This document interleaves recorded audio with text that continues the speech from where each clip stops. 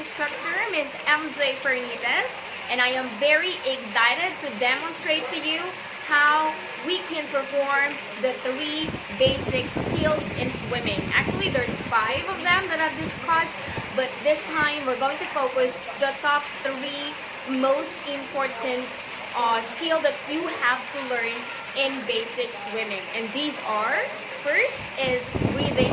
It's very important. So I will be teaching you how you breathe normally and properly, okay, in the water while you are swimming. Second, I will also be demonstrating to you floating skills. So how do we float, especially when we are in the water that we cannot reach the floor. So that's very important that you have that skill, okay, especially for survival purposes. And lastly, the third one is kicking. So how do we do kicking properly so we avoid any cramps and any injury. So I will be covering the 3 basic skills that I mentioned earlier. Are you excited? Yes, I know, right? So let's do this. Alright, so are you ready to learn the first skill?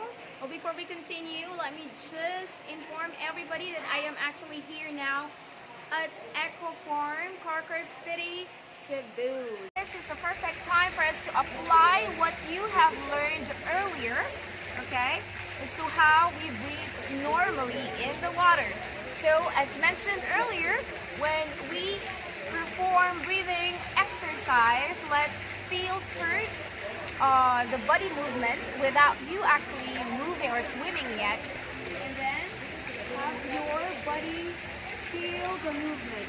Okay, there you go.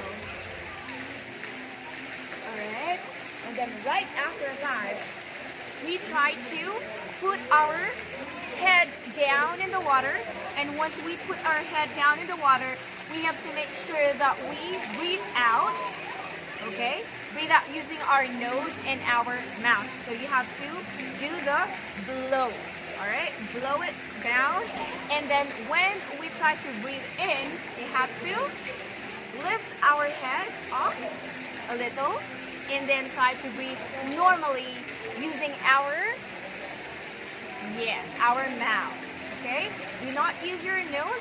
There's a big chance or tendency that you will have water inside of your nose and it might actually cause destruction, okay? So use your mouth always when breathing in. So let's do this.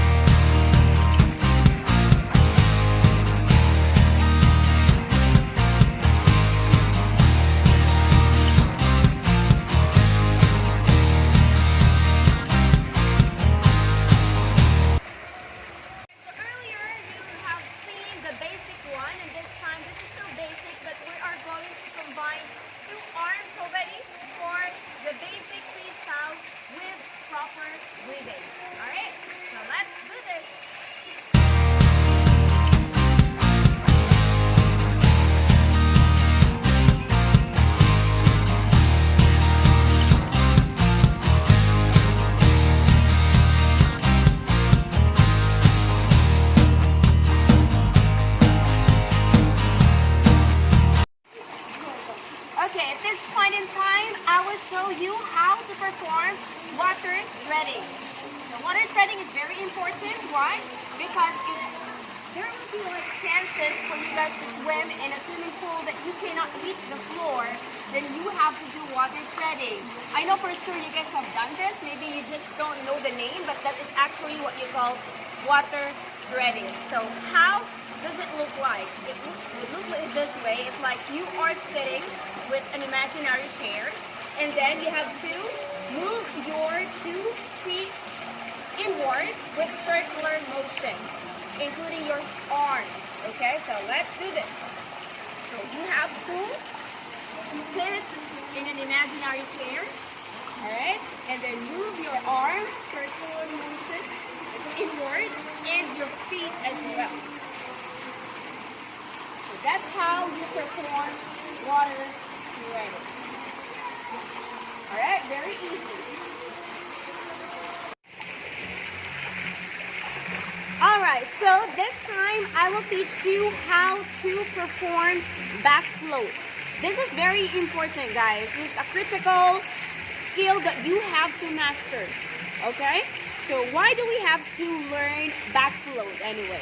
Well, this is very important because whenever you are facing a difficult situation, like for example, an emergency situation at the middle of the ocean or in an island and you're waiting to be rescued, then you can absolutely use backfloat for you to survive. And this is how you're going to make it. First, you have to bear in mind first that your body must relax and you can do it, okay? It's like you're imagining only that you are lying in your bed. That's how it is. Mind over matter, okay? So, you have to bend your body backward, slowly, okay? And then try to relax your mind. Try to move your hand a little, as well as your feet. Straighten your body.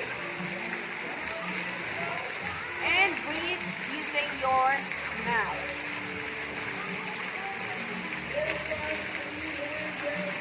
Alright, that's how you perform backfloat. We are now moving class to the last skill that you have to master, and that is, yes, you are right, kicking.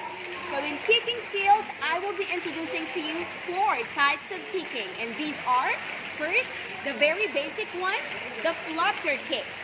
Second, you're going to learn how to perform a frog kick. Third, the scissor kick. And lastly is the dolphin kick. Alright, so let's have the first type of kick, and that is flutter kick. What do you have to keep in mind when you are doing this kind of kick? You should be relaxed and your 2 feet has to be straightened, okay? And your toes has to be pointing outward, okay? You have to avoid doing the bicycle kick. What to do when you're doing bicycle kick? You are bending too much, and that will definitely cause a leg cramp, which is not performed very well. So you have to observe the proper flutter kick, and this is how we're going to make it.